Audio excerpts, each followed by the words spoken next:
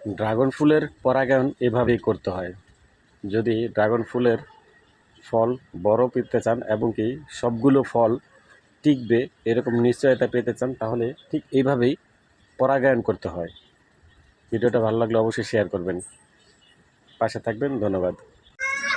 আপনারা দেখতে পাচ্ছেন একটি ফুল ফুটেছে। ফুলটিকে প্রথমে আমি এভাবে চামচ দিয়ে ওর আবরণ থেকে যে বালুর মতো দেখতে এগুলো নিতে চেয়েছিলাম। ঠিক এভাবে নেওয়া যাবে না, একটি ব্রাশ লাগবে। একটি ব্রাশ দিয়ে আপনার আলতোভাবে উপরের যে পরাগায়ন যে পাউডারগুলো, সেই পাউডারগুলো আমি আস্তে আস্তে চামচের মধ্যে নেব। ঠিক এইভাবেই চামচের মধ্যে পরাগায়নগুলো যে পাউডারগুলো সেগুলো নিয়ে মূল যে জায়গাটিতে দেওয়ার সেই জায়গায় দেব। অনেকে আমাকে প্রশ্ন করেন যে ড্রাগন ফুলের ফুল হয় কিন্তু ফল হয় না, আসলে করণীয় কি? আমাদের ছাদ বাগানের অনেকেই আছে যে ড্রাগন ফলের গাছ লাগিয়েছেন কিন্তু ফুল হয়, ফল না হওয়ার কারণ এখানেই যে এটার ভিতরে পরাগায়ন হয় না।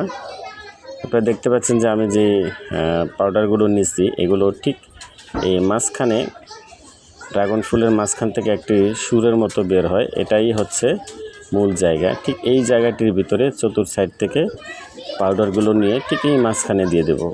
ব্যাস, আমার কাজ শেষ। এটাই হচ্ছে পরাগায়ন। আপনারা যারা শখের বসে ছাদে ড্রাগন ফলের গাছ লাগিয়েছেন তারা একটু কষ্ট করে যদি এই কাজটি করতে পারেন, তাহলে এই ফুলটি থেকে ফল নিশ্চিত পাওয়া যাওয়া সম্ভব ইনশাআল্লাহ। আগে মৌমাছি ছিল, চতুর সাইডে গাছ ছিল, এখন গাছ নেই, তাই মৌমাছি নেই।